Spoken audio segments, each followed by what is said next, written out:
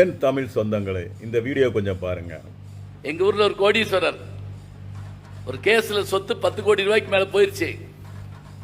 போய் ஆதீனத்தை பார்க்கிறாரு.